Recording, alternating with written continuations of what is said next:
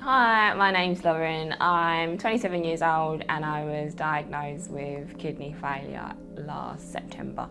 Hi, my name's Ace. I'm a DJ and broadcaster at BBC Radio 1 Extra.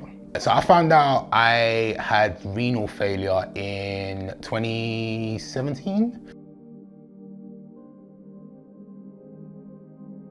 I just went for a normal diabetes checkup. I was diagnosed with diabetes when I was like 19, and they said that your kidney function is really low. It was like, at the time, I think it was like 17%.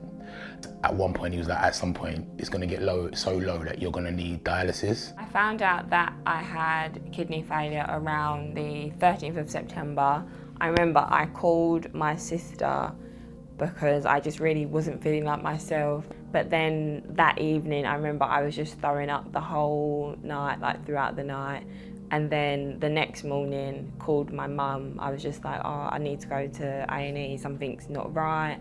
They said my blood pressure was 200 over something. In the morning when the doctors came round, like doing their rounds, and they said, yep, you know, you're gonna need a transplant. I remember I was sitting there with like my crunchy nut cornflakes, and they were just like, yeah, no, it's not good news.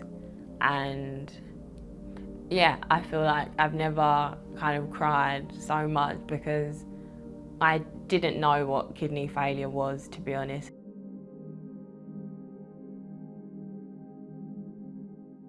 At first, I was told that a black man of my age, it would take up to 6 years to get a transplant, 3 to 6 years to get a transplant. So I started just kind of doing it quietly, just going Monday, Wednesday, Friday evenings at 6 o'clock, just sitting there on a machine while the word is going on, and you're just sitting in a bed is absolutely no fun. I did that for about a year and a half. It's taxing on your life, especially me. I'm a active radio presenter and DJ, dad. I do loads of different things. And from any day, I could need to be somewhere, maybe not even in this country. And to base my life around these 3 hospital visits was getting quite difficult.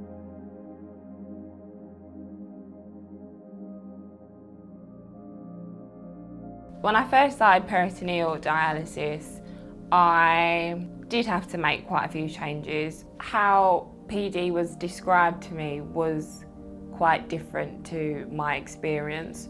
They kind of said, yep, you can kind of do it at home, which I thought perfect. You can do it through like your sleep, so it shouldn't kind of get in the way of like your life, and kind of everything's delivered to you, and like, so there were so many pluses to doing PD. But then the actual reality of it, I would say it was a lot different. You wasn't able to sleep on the treatment. Every 2 hours there's a drain part, and it's just really painful. Like, I would wake up, I don't want to say like crying, but I would wake up in pain, and then my boyfriend would then wake up and sit up with me, and we'd kind of wait until that part of the cycle was finished. Now I'm on hemodialysis, and I kind of go there 3 times a week, 4 hours.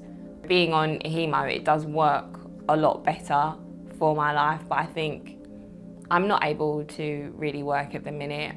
I had my own like mobile massage company before and was loving it, but I'm just not able to manage kind of such a physical job with feeling so weak a lot of the time. I think this is impacting my family in quite a few different ways. I think I haven't been able to take my children away for the last 3 to 4 years, and we always had a holiday. I missed quite a few events, whether it's school plays or birthdays, loads of different things because I'm at the hospital. I know my mum, like during that whole time of me being in dialysis and waiting on a kidney transplant and just hoping and praying, like she lost a lot of weight. She was very worried. Like, she had every church praying for me, and you don't necessarily even know what your family are going through, because I didn't even know half of these things until people told me after, look, we was proper praying for you, I didn't sleep at night, and all of these things you think you're going through on your own, but your family are really affected by the situation that you're in. I'd say kidney failure has affected my family quite a bit, to be honest, just because like I definitely feel it like from my mum. I'd say her finding out that I did have like kidney failure and that there was nothing she could really do about it, I think that was a lot for her. And I think Like, me and my sister are like ridiculously close, and yeah, I know it was like a lot for her it is still a lot for her to deal with, but they're all honestly like so supportive. It's hard because like you see like the sadness like in their eyes, like when they look at you and they're just like, oh, like, are you okay? But it's definitely like from a loving place, but you just feel like, I don't want you to feel like sad for me, or I don't want you to feel any type of hurt like because of me. I was on dialysis for 3 years, and I was in a section of my dialysis ward, and it was me and 3 other Asian people.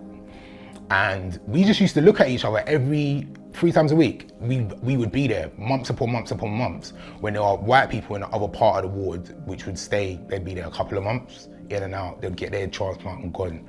Where we're just sitting there constantly just looking at each other like, okay, when is it our turn?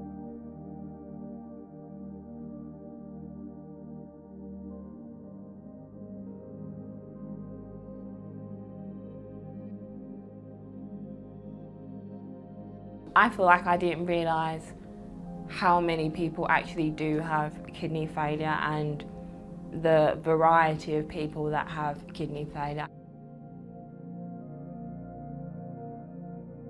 The surprise for me and for a lot of like people that are close to me was that I'm so young and like was like quite active and things like that. So then when they kind of found out that I was in hospital and that's what it was for, it was like a complete surprise. So you might just kind of think, oh, it wouldn't really happen to me or things like that, but it can honestly happen to anyone. I think you should sign up to the organ donor register, because you don't know how impactful it could be on people's lives. Like, there's so many people kind of waiting and hoping for a kidney, and if you are able to do something so selfless, it's amazing. Like, just knowing that you've helped someone, helped them physically, and it's not just going to help them physically, it helps them mentally, maybe not having to go as much for treatment. I personally feel like when I have mine, it will help my mental health, to be honest.